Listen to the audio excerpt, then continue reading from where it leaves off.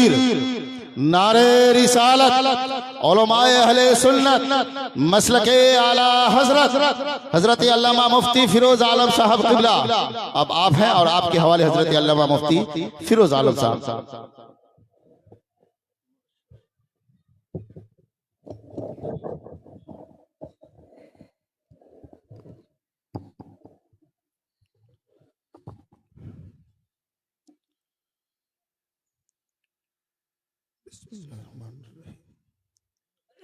मुअज़्ज़ज़ सामीन किराम,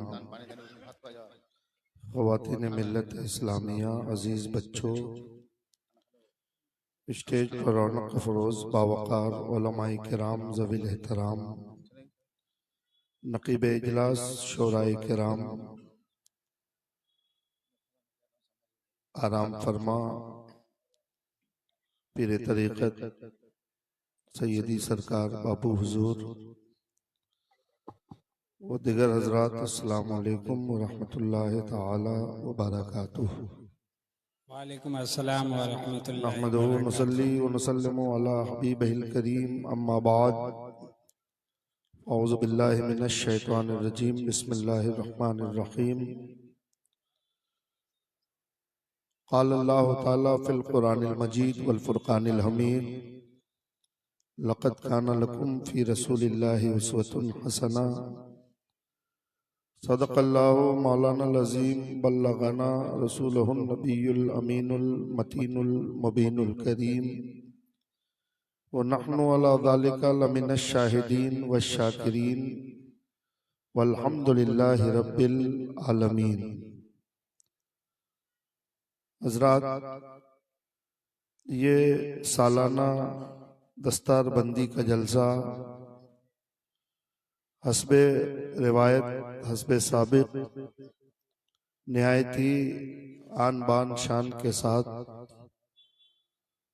आपके सामने शोरा और खुतबा की अजीम टीम के साथ मौजूद है।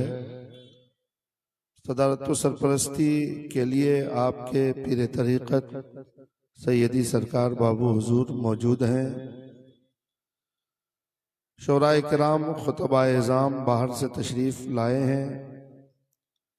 मैं थोड़ी देर के लिए आपके सामने हाजिर हूँ, इसलिए तकदीर हमें मदू, खतीब और नात के अशार, बाहर से बुलाए गए शायर ही की ज़बानी सुनने की कोशिश करनी है।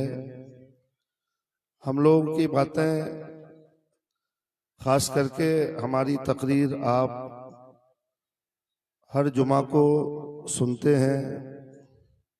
बतौर तबर्रुक मैं आपके सामने दो चार बातें नसीहत के हालात के मुताबिक बयान करने के लिए हाजिर हूँ।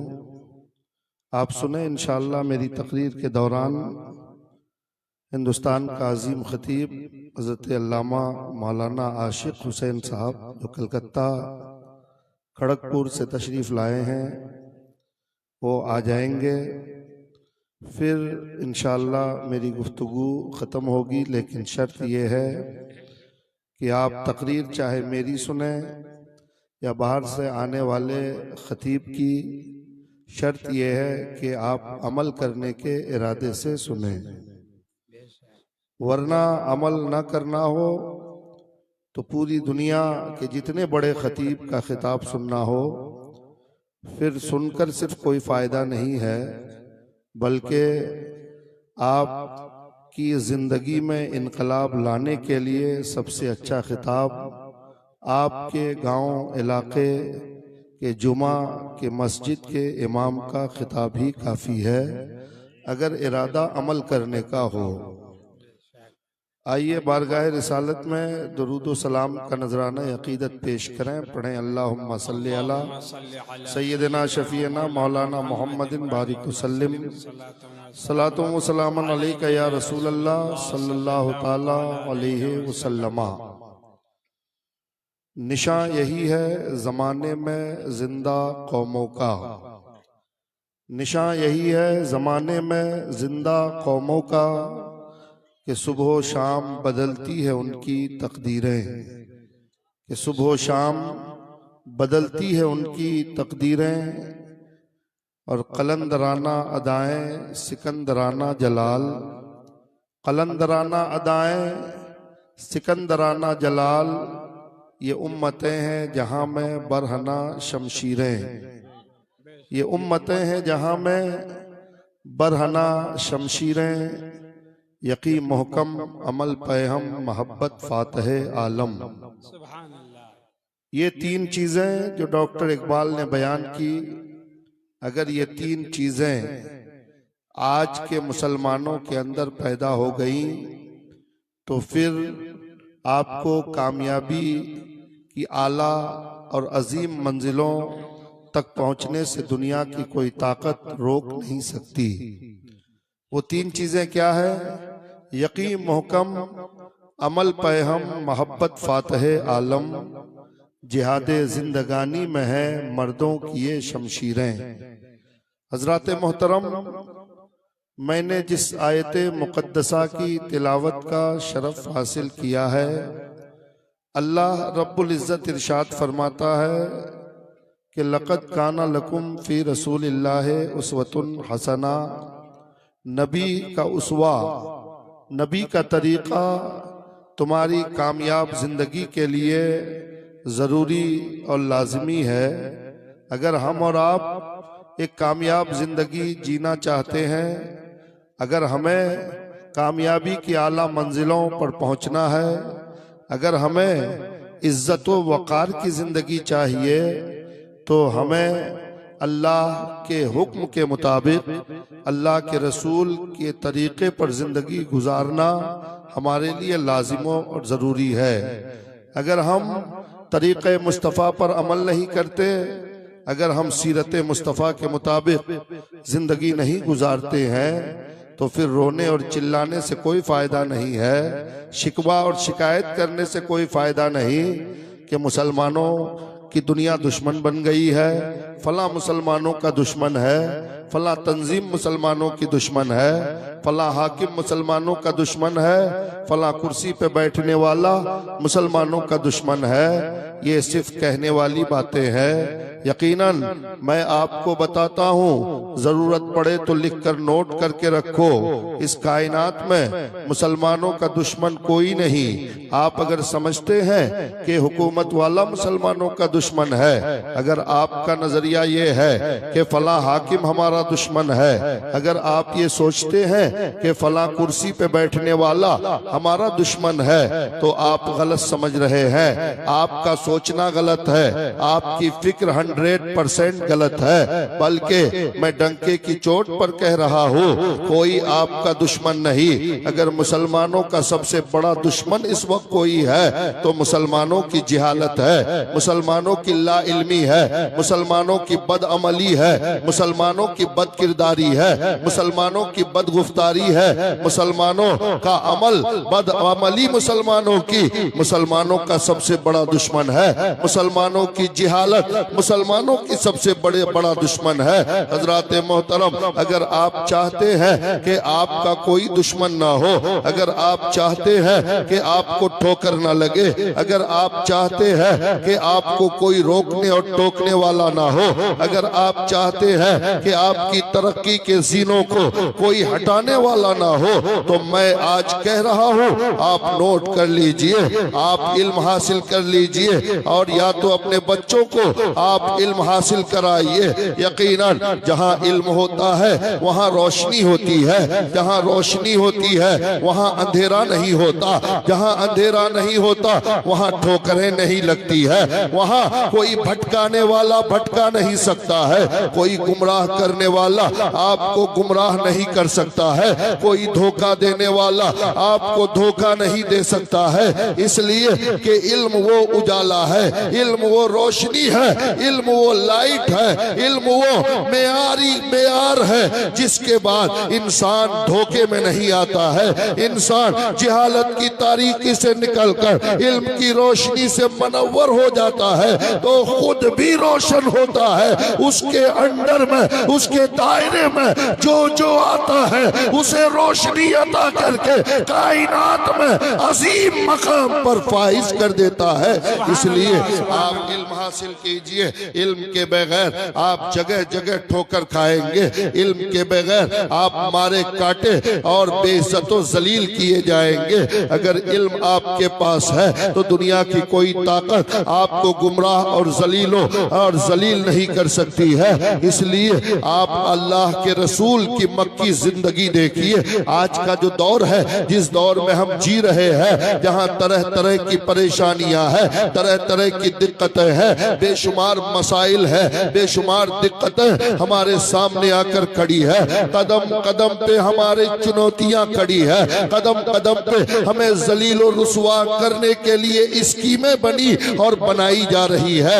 ऐसे हालात में आप क्या करेंगे? अल्लाह अल्लाह, इस्लाम ने आपको किसी भी हालत के लिए तन्हा नहीं छोड़ा है। इस्लाम ने आपको किसी भी मौके के लिए लाचारो मजबूर नहीं छोड़ा है। कायनात का कोई और मजहब होगा जो कहीं कहीं जाकर रुक जाता होगा। कायनात का कोई और दीन होगा जो अपने मानने वालों के लिए हर वक्त वो रहनुमाई न कर सकता होगा। लेकिन कसम खुदा की, इस्लाम वो मजहब है, इस्लाम वो दीन है कि अपने मानने वालों के लिए पैदा होने से लेकर मरने तक, कब्र की मंजिलों तक इस्लाम ने रहनुमाई के उसूल छोड़े हैं। उजाले के लिए जगह जगह पे, जिंदगी के हर मरहले पे, हर रास्ते पे इस्लाम ने उजाले के लिए चिराग जला रखा है। इसलिए ऐ मेरी कौम के लोगों, अगर आपको रहनुमाई चाहिए, आपको हिदायत चाहिए, आप किन हालात में कैसे जिंदगी गुजारेंगे, आपको अगर नमूना और आइडियल चाहिए तो आओ। रसूलुल्लाह की जात हमेशा के लिए आइडियल है, तब से लेकर अब तक और कयामत तक मेरे नबी की जात हर हर कदम के लिए, हर मुसलमान के लिए, महद से लेकर लहद तक के मुसलमानों के लिए आइडियल है, रहनुमा है। आपके इस वक्त की जिंदगी जो हम कसम पुरसी की जिंदगी गुजार रहे हैं, ये वक्त ऐसा वक्त है कि आप हक नहीं बोल सकते हैं। ये वक्त ऐसा है कि हर जगह आपके लिए माहौल खराब से खराब बना दिया गया है। ऐसे माहौल के लिए भी इस्लाम का उसूल मौजूद है। ऐसे माहौल के लिए भी इस्लाम ने अपनी रहबरी आपके लिए छोड़ रखी है। आओ, इन हालात से निमटना है तो रसूलुल्लाह की मक्की जिंदगी देखिए। अल्लाह के नबी की जिंदगी के 3 दौर है। एक दौर तो वो है कि आपने ऐलान नबूवत से पहले मक्के में गुजारा, यानी अल्लाह के नबी 40 साल तक मक्के में रहे। आपने ये ऐलान नहीं किया था कि मैं अल्लाह का नबी हूँ। 40 साल तक आप काफिरों मुशरिकीन में, मक्का के काफिरों के दरमियान, मक्के वालों के दरमियान, मक्के वालों की तरह जिंदगी गुजारा। आम लोगों में आम लोगों की तरह आप रहे। 40 साल का की वो जिंदगी, 40 साल का वो दौर जो ऐलान नबूवत से पहले था, वो अलग दौर है। 40 साल के बाद अल्लाह के नबी ने नबूवत का ऐलान किया कि मैं अल्लाह का नबी हूँ। उसके बाद 13 साल आप मक्के में रहे, यानी 40 साल ऐलान नबूवत से पहले और 13 साल ऐलान नबूवत के बाद, कुल मिला के 53 साल मक्के की जिंदगी है और 10 साल मदीने की जिंदगी है। कुल मिला के 63 साल जिंदगी अल्लाह के नबी की। लेकिन इन 63 साल जिंदगी को आप 3 दौर में तकसीम कीजिए, 3 पार्ट में बांट कर आप देखिए। अल्लाह अल्लाह, आपका मक्के की वो जिंदगी जो आपकी 40 साल जिंदगी, आपके 63 साल जिंदगी का एक पार्ट जो ऐलान नबूवत से पहले की 40 साल जिंदगी है। आपके जिंदगी का एक पार्ट ऐलान नबूवत के बाद आपके मक्के में 13 साल जिंदगी है। और जिंदगी का आखिरी पार्ट जो आपने मक्के में गुजारा है, वो मदीने में गुजारा है, वो 10 साल जिंदगी है। कहिए, कोई हादसा पेश आया क्या? नहीं, अच्छा, माशाअल्लाह। नारे तकबीर, नारे रिसालत, मसलके आला हजरत, नूरुल कौनैन कॉन्फ्रेंस जश्न दस्तार बंदी हुफ़ाज़े कराम जामिया अरबिया इस्लामिया हुसैनपुर छोसिया फैजान सरकार बाबू हुजूर। माशाअल्लाह। देखिए आपने जो बैठो बाबू बैठो, आपने जो मेहनत की है चौसिया वालों ने, कुर्बो जवार वालों ने, उस मेहनत का ये नतीजा और फल आपके सामने मौजूद है। थोड़ी देर में सरकार बाबू हुजूर के दस्ते अक़दस से आप इनके सरों पे हिफ्स की दस्तार बंधी हुई देखेंगे। यकीनन ये दुनिया, आप देखिए, दुनिया की कोई भी फैक्ट्री ऐसा माल तैयार नहीं कर सकती है जो हमेशा रह जाए।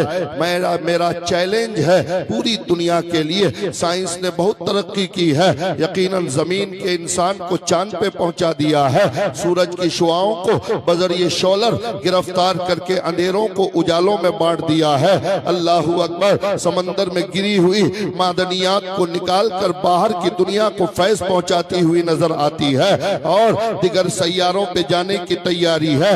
ब्लैक होल के जरिए साइंस ने बड़ी बड़ी साइंसी इजादात दुनिया के सामने रख दिया है, लेकिन चैलेंज है मेरा पूरी दुनिया के साइंसदानों को कि कोई ऐसा, तुम्हारी फैक्ट्री का कोई माल ऐसा नहीं जो हमेशा रहे। दुनिया की किसी भी फैक्ट्री का कोई भी माल ऐसा नहीं है जो आपको दुनिया में मरने के बाद आपका काम आए। लेकिन अल्लाह के इज्जत की कसम, ये मदरसा ऐसी फैक्ट्री है जहां पर इस तरह का माल बनता है जिसे हाफिज कुरान कहते हैं।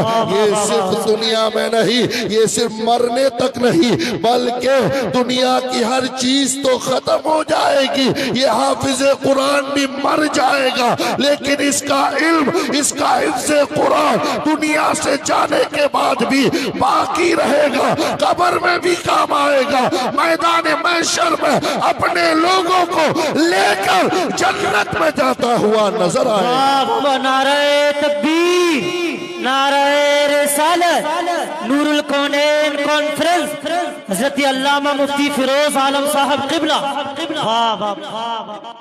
एक डॉक्टर जब तक जिंदा है उसकी डॉक्टरी जिंदा है, मरने के बाद डॉक्टर की डॉक्टरी कब्र में काम आने वाली नहीं है।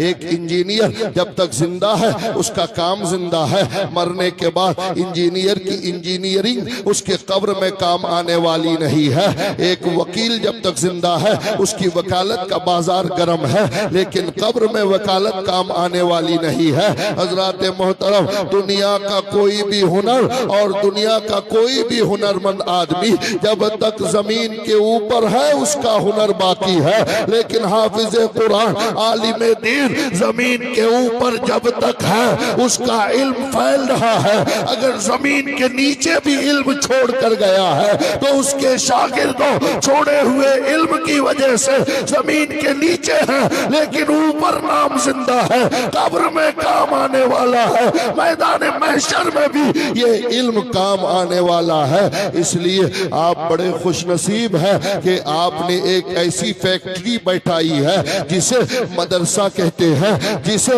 अल्लाह के रसूल का घर कहते हैं। यहाँ से निकलने वाली चीज न तो खराब होती है न खत्म होती है, इसका फैजान दुनिया में भी बाकी है, कब्र में भी काम आने वाला है और मैदान महशर में भी काम आने वाला है। हजरात मोहतरम, चूंकि वक्त नहीं है, अगर मैं हाफिजों की फजीलत ही पे गुफ्तगू करूं तो एक मुकम्मल तकरीर और खिताब हो जाएगा, लेकिन चूंकि वक्त मुख्तसर और 12 बजे तक बाबू हुजूर ने कहा कि प्रोग्राम खत्म करना है, मेरे बाद और 2 तकरीरें हैं और फिर हमारे कलकत्ता से आए हुए जनाब शहबाज रजा साहब कलकत्तवी, इनका नातिया कलाम भी आपको सुनना है।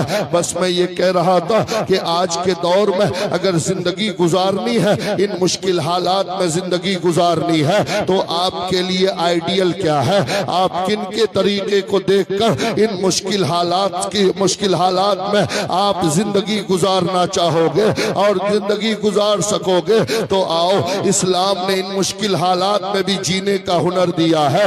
मुस्तफा की मक्की जिंदगी आप देखिए, अल्लाह अल्लाह, नबी की मक्की जिंदगी मुश्किलात की जिंदगी है, मुस्तफा की मक्की जिंदगी मसाइल्स की जिंदगी है। है। मुस्तफ़ा की मक्की जिंदगी दुश्मनों की दुश्मनी वाली जिंदगी है। कभी राहों में कांटे बिछाए गए हैं। नबी के 13 साल मक्की जिंदगी कांटों से भरी है, दुश्मनों की दुश्मनी से भरी है, तलवार के धार और दुश्मनों के पत्थरों और नोकीले कांटों से भरी हुई है। कहीं रास्ते में पत्थर बिछाया, कहीं रास्ते में कांटे बिछाए जाते हैं, कहीं नमाज की हालत में नबी के गले को चादर से दबाने की कोशिश की जाती है, कभी सजदे की हालत में मक्के में मुस्तफा के पुष्ट पर ऊंट की ओजड़ी रख दी गई है। कभी मक्के की जिंदगी ऐसी खतरनाक जिंदगी नबी की है कि मैदान ताइफ में ताइफ के ओबाश बच्चों ने पत्थरों का इतना हमला किया है कि मेरे नबी का पूरा बदन लहू लहान हो गया है और मेरे नबी के नालैने पाक में जूतों में खून से भर गए हैं जूते। अल्लाह की रहमत जोश में आती है, अल्लाह का गजब गजब जलाल में आता है। हजरत जिब्रील को भेजता है। हजरत जिब्रील ने अर्ज किया, या रसूल अल्लाह, ताइफ के बच्चों ने आप पर पत्थरों की बारिश की है, आपके नबूवत वाले बदन को छलनी किया है, आपका हुक्म हो तो मैं इनको नामो निशान मिटा दूं, दो पहाड़ों के दरमियान ताइफ को पीस कर मसल कर रख दूं। अल्लाह अकबर। मेरे नबी ने कहा था, ऐ जिब्रील, मैं इनके लिए बद्दुआ करने नहीं आया हूँ। अल्लाह अल्लाह। मेरे दोस्तों और बुजुर्गों, अल्लाह के नबी से हजरत जिब्रील ने अर्ज किया, या रसूल अल्लाह, हर नबी ने अपनी बेहुदा और अपनी नाफरमान कौम के लिए बद्दुआ किया था। हजरत मूसा ने बद्दुआ किया, हजरत इब्राहिम ने बद्दुआ किया, हजरत यूसुफ ने बद्दुआ की। हर नबी ने अपने नालायक कौम के लिए बद्दुआएं की। किसी पर आग की बारिश हुई, किसी पर पत्थरों की बारिश हुई, किसी पर आसमान से इतना पानी बरसा कि तूफान नूह की शक्ल में अजाब नाजिल हुआ। या रसूल अल्लाह, आप बद्दुआ क्यों नहीं कर रहे हैं? अल्लाह अल्लाह। ऐ मुसलमानों, मेरे नबी के चारों तरफ से मुश्किलात है, पत्थरों की बारिश है, बदन लहू लहान हो गया है, जूते खून से भर गए हैं, लेकिन मुस्तफा ने फरमाया, ऐ जिब्रील, मैं आदम यूसुफ ईसा व मूसा नहीं हूँ। अल्लाह ने किसी नबी को रहमतुल लिल आलमीन का खिताब अता नहीं फरमाया, लेकिन मुझे दोनों आलम के लिए रहमत बनाकर भेजा है। और रहमतुल लिल आलमीन का शेवा ये नहीं कि वो अपनी उम्मत के लिए बद्दुआ करे। ऐ जिब्रील, मैं दुआ करता हूँ कि आज जिनके हाथों में हथियार है, पत्थर है, कल यही हाथ इस्लाम की हिफाजत के लिए बुलंद हो। नारे तकबीर, नारे रिसालत, नूरुल कौनैन कॉन्फ्रेंस मजहबे इस्लाम, हजरत अल्लामा मुफ्ती फिरोज आलम साहब क़िबला। हजरात मोहतरम, अगर आप ये सोचते हैं कि आज वक्त बड़ा मुश्किल हो गया है, हर तरफ से हम पिसे और काटे जा रहे हैं, तो ये घबराने की जरूरत नहीं है, बल्कि इससे भी मुश्किल वक्त और हालात इस्लाम और मुसलमानों पर गुजरा है। मेरे नबी फरमाते हैं कि मैं जितना सताया गया हूँ, अल्लाह का कोई नबी और पैगंबर मुझसे ज्यादा सताया नहीं गया है। हजरात मोहतरम, इतने भी बुरे हालात नहीं है, करबला से कम से कम ही बुरे हालात हैं। आप अगर ये समझते हैं कि हालात बड़े नाजुक हैं, हालात बड़े संगीन हैं, हम क्या करें, तो है मेरी कौम के लोगों, अल्लाह के नबी की जिंदगी का 3 हिस्सा, एक हिस्सा ऐलान नबूवत से पहले 40 साल जिंदगी अल्लाह के नबी काफिरों के बीच में रहकर गुजारा। लेकिन मेरे दोस्तों, 40 साल जिंदगी अल्लाह के नबी ने मक्का के काफिरों और मुशरिकों के बीच में रहकर गुजारा है। 40 साल के बाद जब कहा मैं नबी हूँ, चारों तरफ से मुखालिफत शुरू हुई, जानलेवा हमले हुए, कांटे बिछाए गए, बिस्तर पे कत्ल करने के लिए लोग पहुंचे। अल्लाह अकबर। लेकिन उन 13 साल जिंदगी में अल्लाह के नबी ने वो काम किया जो मुसलमानों के लिए दर्स इबरत है। उसके बाद 10 साल जिंदगी जो मक्के में गुजरी, वो सुकून की जिंदगी तो थी, तीन हिस्से हुए। एक हिस्सा ऐलान नबूवत से पहले की 40 साल जिंदगी, एक हिस्सा ऐलान नबूवत के बाद की 13 साल मक्की जिंदगी, और तीसरा हिस्सा ऐलान नबूवत के बाद 10 साल हिजरत वाली जिंदगी जो मक्के में हुई। अब मेरे नबी की इन तीनों जिंदगी को देखो और इस पर अमल करके अगर जिंदगी गुजारना चाहो तो दुनिया की कोई ताकत जैसे भी मसाइल और हालात खड़े कर दे, रब की इज्जत की कसम, जितना मुश्किल वक्त क्यों ना हो, अगर मुसलमानों की निगाहों में मेरे मुस्तफा के ये जिंदगी के 3 दौर अगर सामने हो तो कोई भी मुश्किल ना हमें तोड़ सकती है, ना मिटा सकती है, ना खत्म कर सकती है, बल्कि हर मुश्किल का सामना सीरत मुस्तफा के मुताबिक हमारे सामने मौजूद है।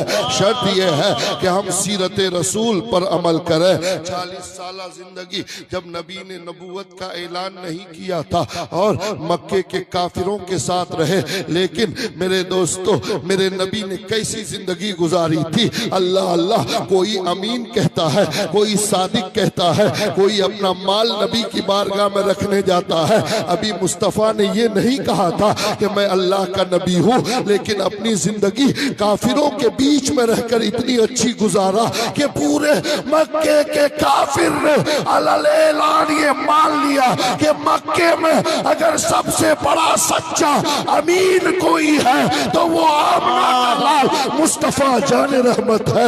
अल्लाह अकबर। मेरे दोस्तों आप जरा देखिए, आप तो अपने लोगों के बीच में रहकर खुद को सच्चा साबित न कर सके, हम अपने लोगों के बीच में रहकर खुद को बेहतर साबित न कर सके, हम अपने लोगों के बीच में रहकर अपने आप को अमीन साबित न कर सके, हम अपने लोगों के बीच में रहकर दूसरों का भरोसा जीत न सके, लेकिन मेरे पैगंबर ने 40 साल तक काफिर मुशरिक और मक्के के अजीम और बड़े बड़े काफिरों के बीच में रहकर ऐसी जिंदगी गुजारा कि काफिर भी ये कहने पे मजबूर हो गया कि अगर इस कायनात का सबसे अच्छा कोई आदमी है तो अब्दुल्ला का बेटा आमना का लख्ते जिगर मोहम्मदुर रसूलुल्लाह। वाह वाह वाह, नारे तकबीर, नारे रिसालत, मसलके आला हजरत फैजान सरकार बाबू हुजूर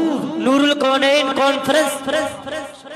हजरत मोहतरम, नबी की 40 साल जिंदगी से हमें ये सीखने को मिलता है कि माहौल जैसा भी हो, अगर खुद को अच्छा बनाकर पेश करेंगे तो दुनिया अच्छा मानने पे मजबूर हो जाएगी। नबी के 40 साल जिंदगी ने ये हमें साबित करके दिखाया, माहौल जैसा भी हो, दुश्मन बड़ा से बड़ा क्यों ना हो, लेकिन खुद को बेहतर साबित करने के लिए तुम्हारे पास मौका है। तुम अगर चाहो कि अपने आप को सही साबित करना चाहो तो यकीनन दुनिया तुम्हें मानने पे मजबूर होगी, लेकिन शर्त यह है कि नबी की 40 साल जिंदगी से आप सीखिए। अब आइए 13 साल जो मक्की जिंदगी है, यानी ऐलान नबूवत के बाद जो सबसे मुश्किल तरीन जिंदगी, जो मेरे नबी की जान के पीछे कुफ्फार पड़ गए थे।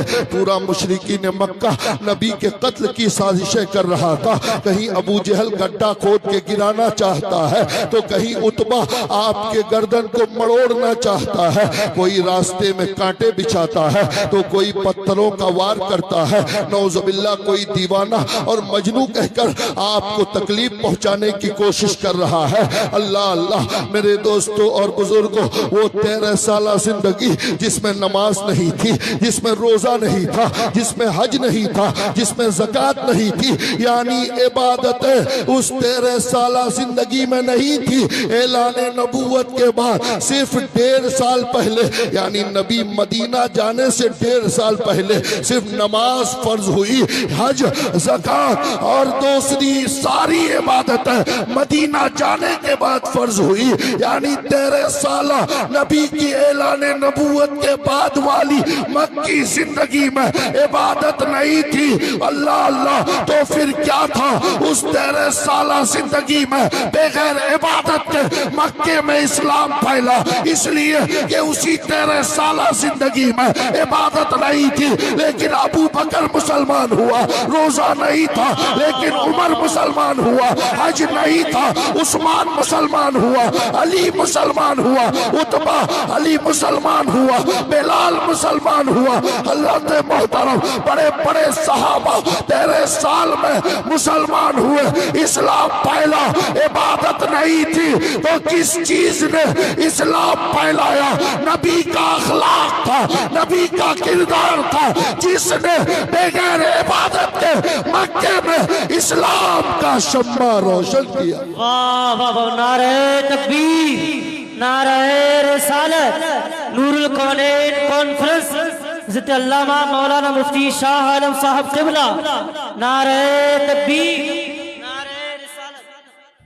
हजरात मोहतरम 13 साल मक्की जिंदगी जो बगैर इबादत के थी, लेकिन इस्लाम उस जिंदगी में भी फैला और वो इस्लाम सिर्फ नबी के अखलाक के जरिए फैला, नबी के किरदार के जरिए फैला। अल्लाह अल्लाह मेरे दोस्तों और बुजुर्गों, आप नबी की जिंदगी के इस पार्ट से यानी 13 साल पार्ट से आपने क्या सीखा?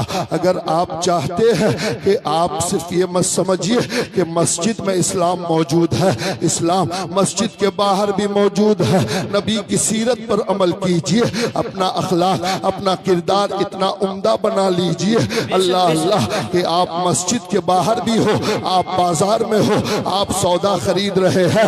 मैं एक छोटी सी मिसाल दूं, अल्लाह के इज्जत की कसम, आप सब्जी खरीदने किसी गैर मुस्लिम की दुकान पे पहुंचे हैं, कपड़ा खरीदने किसी गैर मुस्लिम की दुकान पे पहुंचे हैं, आपने 100 रुपए का कपड़ा खरीदा, 500 रुपए का नोट दिया, अगर वो गलती से फिर 500 रुपया वापस कर दिया तो आप उसको 100 रुपया वापस करके 400 रुपया वापस करके आप उसको ये बताइए कि आपका पैसा मेरे पास ज्यादा आ गया। जो मेरा इस्लाम, मेरा रसूल, मेरा नबी जिस ज्यादती को लेने के लिए मना करता है, रब की इज्जत की कसम, वो गैर मुस्लिम नबी के पेश करता इस अखलाक और इस्लाम से इतना मुतासिर होगा। अगर इस्लाम कबूल नहीं भी किया तो मुसलमानों को हमेशा अमीर और सादिक और सच्चा तस्वुर करता नजर आए।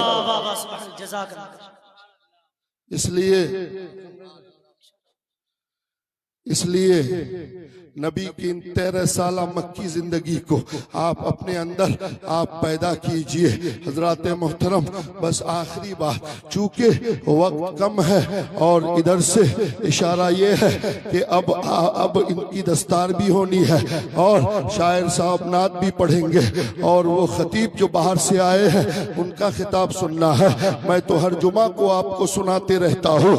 हजरात मोहतरम, आप इस जिंदगी में अगर चाहते हैं कि इनकलाब पैदा हो तो सिर्फ 2 चीजों पर अमल कीजिए, एक तो इल्म है और एक अखलाक है। यानी इल्म का दामन पकड़िए और अपने अखलाक को अच्छा बना लीजिए। हजरात मोहतरम, आप जानते हैं कि इल्म के बगैर इंसान तरक्की नहीं कर सकता है। और मैं आपको बताऊं कि मेरे आका पर जो सबसे पहली वही नाजिल हुई वो नमाज, रोजा, हज और ज़कात के ताल्लुक से नहीं, बल्कि पहली वही अल्लाह के तरफ से जो नाजिल हुई वो इकरा यानी पढ़ने वाली, वो एजुकेशन पर महमूल वही थी। अल्लाह अल्लाह पढ़ ए मोहम्मद, अल्लाह अकबर। जिस कौम के नबी पर पहली वही तालीम और एजुकेशन वाली नाजिल हो, उस कौम के अक्सर लोग बेपढ़े लिखे हो तो बड़े अफसोस की बात है। आज अगर कहा जाता है हमारे पास दौलत दिखाने के लिए हम अच्छी से अच्छी बिल्डिंगें बनाते हैं, हमारे पड़ोस में अगर कोई जगह बेचना चाहे तो 10 की जगह 20 में लेने के लिए हमारे पास दौलत है, हमारे पास फैक्ट्री बनाने, मकान बनाने, जमीन खरीदने के लिए, शादी ब्याह में फजूल खर्ची करने के लिए पैसे है, लेकिन बच्चों के यूनिफॉर्म के लिए पैसा नहीं, बच्चों की किताबों के लिए पैसा नहीं, स्कूल की फीस के लिए हमारे पास पैसा नहीं। ऐ मुसलमानों, सारी गरीबी बच्चों के पढ़ाने में खिब दिखाते हो। मैंने समाज में में ऐसे ऐसे लोगों को देखा है जो वाकईतन जिसकी आमदनी बहुत कम है, जो समाज में सबसे सी ग्रुप के मुसलमान है, यकीनन पैसों की कमी है, लेकिन मैंने उनकी शादियों में भी फजूल खर्ची देखा है। उनकी शादियों में भी हमने औकात से ज्यादा खर्च करता हुआ देखा है। अल्लाह अकबर। ऐ मेरी कौम के लोगों, आप हल्के कपड़े पहनकर गुजर बसर कर लो, आप छोटे से मकान में गुजारा कर लो, आप छोटे से मकान और इमारत में गुजर बसर कर लो, आप हल्का खाकर अपना वक्त गुजार दो, लेकिन बच्चों को पढ़ाओ। इसलिए कि अगर ज्यादा खाकर बच्चों को बगैर पढ़ा कर बड़ा किया तो बड़ा होकर तेरा बच्चा पढ़ नहीं सकेगा, लेकिन तेरा बच्चा अगर कम खाकर पढ़ लिया तो पढ़ने के बाद वो खाएगा भी अच्छा, मकान भी अच्छा बनाएगा, जमीन भी अच्छी खरीदेगा। इसलिए आप मुश्किलात हाल के मुश्किलात सामना करके आप अपने बच्चों को अच्छी तालीम दीजिए, आप अपने बच्चों को पढ़ाइए, आप अपने बच्चों को बेहतर जिंदगी अगर देना चाहते हैं तो वो मकान और दुकान नहीं है, बच्चों की बेहतर मुस्तकबिल आपकी बच्चों के लिए उनकी तालीम है। इसलिए आप बच्चों को तालीम याफ्ता कीजिए, नबी की सीरत पर अमल करते हुए जिंदगी गुजारने की कोशिश कीजिए। आज हम सुन्नते रसूल से बहुत दूर है, नबी की सीरत से बहुत दूर है। 2 मिनट की एक आखिरी बात सुनिए। आज मैं ग्वालपोखर इलाके में दोपहर को एक निकाह में गया था, एक हाफिज साहब का निकाह था। हजरात मोहतरम, विपरीत से करीब एक गांव है जहां पर मुख्तार भीटा नाम का गांव। आज दोपहर का हादसा है। मैं आपको चूंकि हवाई फायरिंग वाली तकरीर करने का आदी नहीं हो, किससे कहानियां सुनाकर वक्त गुजारना मेरा मकसद नहीं है। जो ओरिजिनल बात होती है, जो समाज को जिस चीज की जरूरत होती है, मैं वही चीज आपके सामने जुमा में भी यहाँ भी हमेशा पेश करने की कोशिश करता हूँ। ये नहीं सोचता मैं भी चाहूँ तो लच्छेदार तकरीर के जरिए मजमे से नारा लगवा सकता हूँ। मुझे भी बेशुमार वाकया, करामात और मौजज़ात याद है, लेकिन नहीं इमाम गजाली अलैहिर्रहमान ने आज से 1000 साल पहले लिखा है। उनके जमाने में उन्होंने कहा कि ये वक्त कौम को फजीलतें और मौजज़ात सुनाने का नहीं, बल्कि ये वक्त उम्मत को कब्र और हश्र का खौफ सुनाने का है। अल्लाह अकबर। आप अंदाजा कीजिए 1000 साल पहले इमाम गजाली ने कहा था, उस वक्त के बारे में कहा था कि मौजज़ात और करामतें और फजीलतें सुनाने का वक्त नहीं। 1000 साल बाद आज और कितना भयानक दौर है। आज मैं अपने खुतबा से कहूंगा कि यकीनन सिर्फ करामतें, मौजज़ात, वाक़यात सुनाने का दौर नहीं है, बल्कि मेरी कौम को जिस चीज की जरूरत है, कौम जिन गुनाहों में मुलव्विस है, उन गुनाहों से डराकर कब्र के अज़ाब, हश्र के अज़ाब से डराकर अल्लाह का खौफ इस कौम के दिल में पैदा कीजिए, वरना करामतें सुनकर ये कौम बदअमल होती जा रही है। अल्लाह अल्लाह। मेरे दोस्तों और बुजुर्गों, निकाह में पहुंचा तो निकाह का यानी दैन महर को लेकर झगड़ा तक की नौबत आ गई। दोनों तरफ से यानी 4,51,000 एक अशरफी पे दैन महर तय हो रहा था। लड़की वालों ने कहा इतना, लड़के वाले 3,50,51,000। दोनों पे ऐसा झगड़ा हुआ कि दूल्हे ने मुझसे कहा कि आप जो बेहतर समझें वो करें। हजरात मोहतरम, मैं आपको बताऊं कि ये झगड़ा क्यों होता है दैन महर को लेकर, वरना हमारे यहाँ तो निकाह और मुकम्मल शादी हराम और नाजायज कामों पर मुश्तमिल है। मुश्किल से कहीं कहीं सुन्नत शादी और निकाह में नजर आ जाए, वरना पूरा निकाह, पूरी शादी हराम और नाजायज कामों पर मुश्तमिल है। हजरात मोहतरम, अब दैन महर का तसव्वुर हमारे यहाँ है, लड़की वाले समझते हैं कि ज्यादा से ज्यादा बांध दो, लड़का वाला चाहता है कम से कम हो। आप इसकी हिकमत समझिए।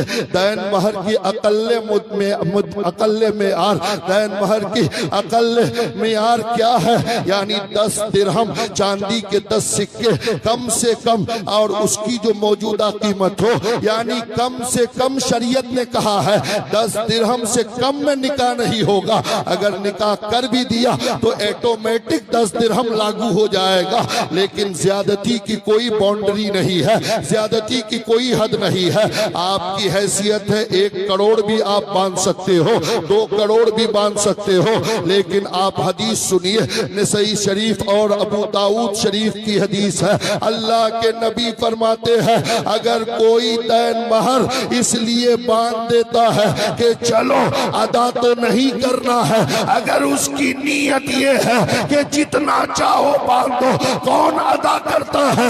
अदा नहीं करना है। अगर इस नीयत से बांधा है तो कयामत के मैदान में वो जानी उठाया जाएगा, यानी ज़िना करने वाले की जो सजा होगी, दैन महर अदा ना करने वाले की सजा मैदान महशर में जानी की तरह सजा होगी। अल्लाहु अकबर। आप कहाँ है? क्या सोच रहे हैं कि जितना चाहो बांध दो? कौन अदा करता है? जिस तरह नमाज फर्ज है, जिस तरह रोजा फर्ज है, उसी तरह दैन महर का अदा करना भी आप पर फर्ज और जरूरी है। अगर नहीं अदा करोगे तो नबी की हदीस के मुताबिक कयामत में जानी उठाए जाओगे। अल्लाह अल्लाह मेरे दोस्तों, ज़िना की सजा आपको मालूम है, दुनिया में कोड़े मारना है और संगसार करके जमीन पे गाड़ कर इस्लामी हुकूमत हो तो इतने पत्थर मारो कि वो मर जाए। अल्लाह अकबर। ये तो दुनिया की सजा है, आखिरत की सजा क्या होगी? और दैन महर न बांधने वाले, अच्छा कुछ लोग ये सोचकर ज्यादा बांधते हैं कि कहीं तलाक ना दे दे। अल्लाह अल्लाह, निकाह जैसे सुन्नत माहौल में ये नेगेटिव ख्याल नहीं लाना चाहिए कि हजरात मोहतरम, जिसको अगर गलत करना हो आप दुनिया भर का बांध दीजिए, वो गलत करेगा। लेकिन याद रखो दैन महर का अदा करना जरूरी है। अगर बाप मर गया तो उसके तरके से, उसकी वरासत से उसके बेटे अदा करें। अगर बीवी मर गई तो बीवी के वारिसीन जो है, बीवी के मरने के बाद शौहर पर जरूरी है कि बीवी के जो वारिसीन है उन वारिसों को उनका दैन महर तरके के साथ अदा करे।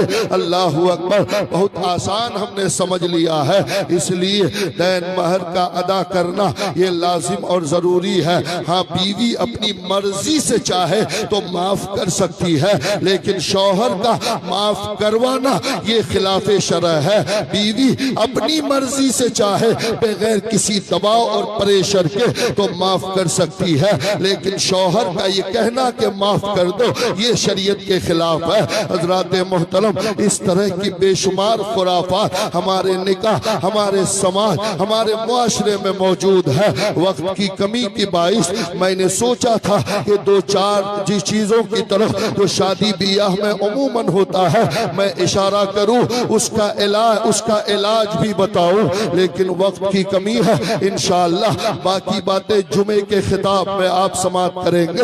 अल्लाह रब्बुल इज्जत की बारगाह में दुआ है कि परवरदिगार हमें सिराते मुस्तकीम पर चलकर जिंदगी गुजारने और नबी की सुन्नतों पर अमल करते हुए जिंदगी गुजारने की तौफीक अता फरमाए। व आखिरु दावाना अनिल हम्दुलिल्लाहि रब्बिल आलमीन। अस्तगफिरुल्लाह रब्बी मिन कुल्लि ज़म्बिन व अतूबु इलैहि। ला इलाहा इल्लल्लाहु मुहम्मदुर रसूलुल्लाह सल्लल्लाहु ताला अलैहि वसल्लम। जगह जगह के तुम्हें थक चुके हैं हंगामे, नशा तो लज्जते ख्वाबे गिरा बदल डालो, न समझोगे तो मिट जाओगे। ऐ हिंदी मुसलमानों, तुम्हारी दास्ता तक न होगी दास्तानों में।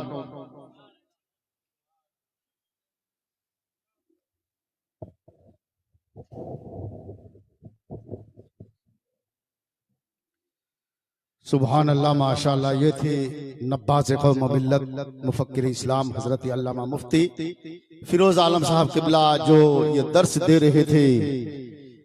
कि यही है आरजू के तालिम कुरान आम हो जाए, यही है आरजू के तालिम कुरान आम हो जाए, हर एक परचम से ऊंचा परचम इस्लाम हो जाए, हर एक परचम से ऊंचा परचम इस्लाम हो जाए।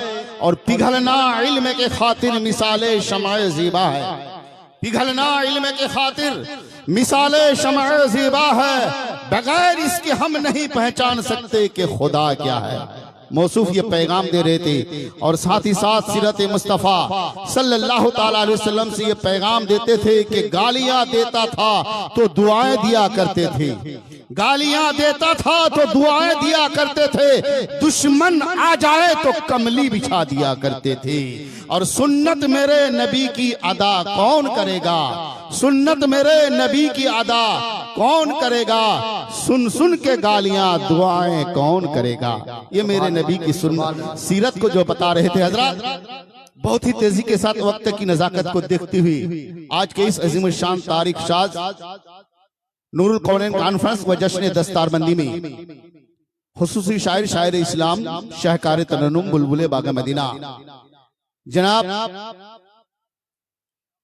शहबाज रजा नूरी कलकत्तवी मिंबर नूर पर जलवाबार है, जिसके लिए मुंतजीर आप भी हैं मैं भी हूं। आइए, जिनकी हाजिरी महफिल की कामयाबी की जमानत हुआ करती है, जिनकी आवाज में कोयल का कूक, बुलबुल का चहक, फूलों का महक, आबशारों का तरन्नुम सब कुछ मौजूद है।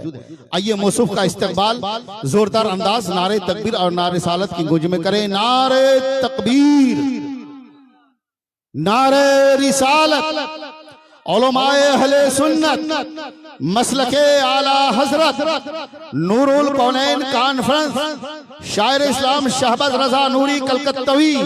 मैं मौसूफ से इतना जरूर कहूंगा कि इश्क नबी की शम्मा दिल में जलाने के लिए आ, इश्क नबी की शम्मा दिल में जलाने के लिए आ, यानी नाते सरकार सुनाने के लिए आ। और रजा के कलम कछोछा के दम से, रजा के कलम और कछोछा के दम से नजदियों के खेमे में आग लगाने के लिए आ।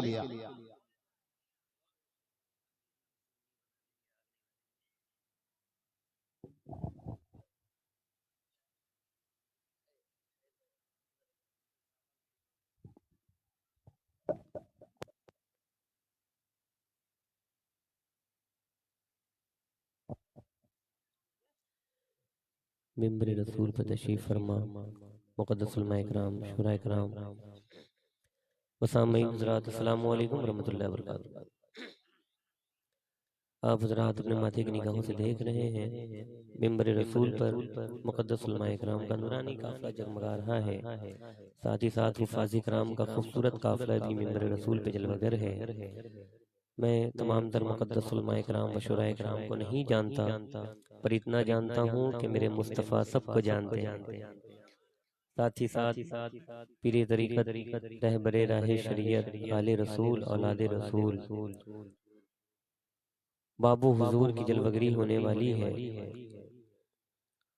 आइए हम और आप मिलकर झूमकर दरूद पाक का हदिया पेश करें। पढ़ें अल्लाहुम्मा सल्ली अला सल्लल्लाहु अलैहि वसल्लम। उलमा इकराम फरमाते हैं माशाअल्लाह ये साउंड बहुत अच्छा बज रहा है, इसके साउंड माशाअल्लाह बहुत अच्छा बज रहा है। भाई शाहिद कमर साहब और इनके जितने दोस्त अहबाब या उलमा इकराम सारे लोग मिंबर रसूल पर हैं। मैं मतलब पढ़ता हूँ। उलमा इकराम फरमाते हैं कि जो हुजूर की महफिल सजाता है अल्लाह उसके लिए जन्नत को सजा देता है, जो हुजूर की महफिल सजाता है अल्लाह उनके दिलों को सजा देता है, उनके घरों को सजा देता है। तो कितने लोग चाहते हैं कि हुजूर की महफिल सजाई जाए? जरा हाथों को उठाकर बताएं। सारे लोग चाहते हैं? सुभान अल्लाह। अल्लाह सारे लोगों के हाथ उठाने को कबूल फरमाए। जो हाथ हुजूर के नाम पर उठ जाता है अल्लाह उसे कभी किसी का मोहताज नहीं बनाता है। इंशाअल्लाह ताला आज हाथों को गवाह बनाकर उलमा इकराम को हाथों को उठाकर उलमा इकराम को